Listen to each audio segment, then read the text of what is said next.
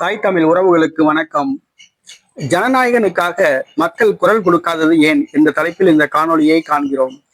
ஜனநாயகனுக்காக மக்கள் குரல் கொடுக்காதது ஏன் என்ற தலைப்பில் இந்த காணொளியை காண்கிறோம்.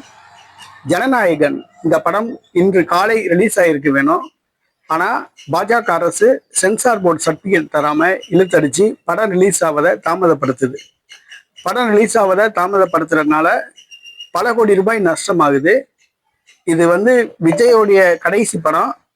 நடிகர் விஜய் அவரை வழிக்கு கொண்டு வரணும், அதிமுக பாஜக கூட்டணிக்கு வழிக்கு கொண்டு வரணும் அப்படிங்கறதுக்காக வேண்டி பாஜக எடுத்த அஸ்திவாரம் தான் இந்த முடிவு. விஜய் படத்துக்கு சென்சார் சர்டிபிகேட் கிடைக்காம பண்ணது.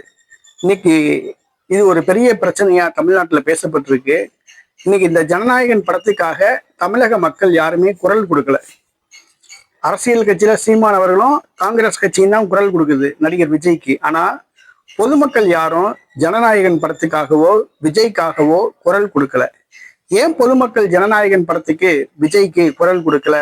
அதான் கேள்வி. ஏன் குரல் கொடுக்கல அப்படின்னா, நடிகர் விஜய் அரசியல் கட்சி ஆரம்பிச்சு 2 வருஷம் ஆச்சு. இதுவரைக்கும் பொதுமக்களுக்காக வேண்டி அவர் குரல் கொடுக்கல. அதனால பொதுமக்கள் இப்போ அவருக்காக வேண்டி குரல் கொடுக்கல. அதுதான் உண்மை.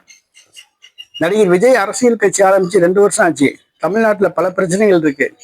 முல்லை பெரியாறு பிரச்சனை, காவிரி பிரச்சனை, மலைகள் வெட்டி எடுக்கப்படுகின்றன, கனிம வளங்கள் கடத்தப்படுகின்றன, ஆற்று மணல் கொள்ளையடிக்கப்படுது, விவசாயம் அழிக்கப்படுது, விளைநிலங்கள் பறிக்கப்படுகிறது, எங்கு பார்த்தாலும் கஞ்சா விற்பனை, எங்கு பார்த்தாலும் தெருவுக்கு தெரு டாஸ்மாக் கடை திறந்து விட்டுருக்காங்க, தெருக்கள் வழிப்பறி நடக்குது, சட்டம் ஒழுங்கு சீரழிஞ்சு கிடக்குது, கொலை கொள்ளை கற்பழிப்பு அப்படின்னு தமிழ்நாடே மோசமா போச்சு.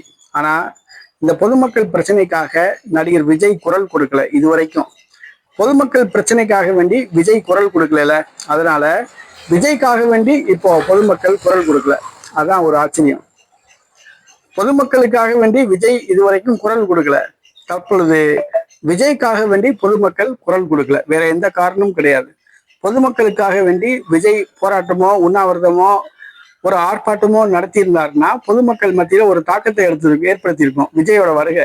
ஆனா விஜய் அதை செய்யாம அப்படியே பிரச்சாரம் மட்டும் பண்ணிட்டு கையை மட்டும் ஆட்டிட்டு போனாரு. இன்னைக்கு பொதுமக்களும் கையை மட்டும் ஆட்டி டாடா காமிச்சிட்டாங்க. அதான் உண்மை. இன்னைக்கு பொதுமக்கள் பிரச்சனைக்காக வேண்டி விஜய் குரல் கொடுத்திருந்தா பொதுமக்கள் இப்போ இந்த ஜனநாயகன் படத்துக்காக விஜய்க்காக குரல் கொடுத்திருப்பாங்க.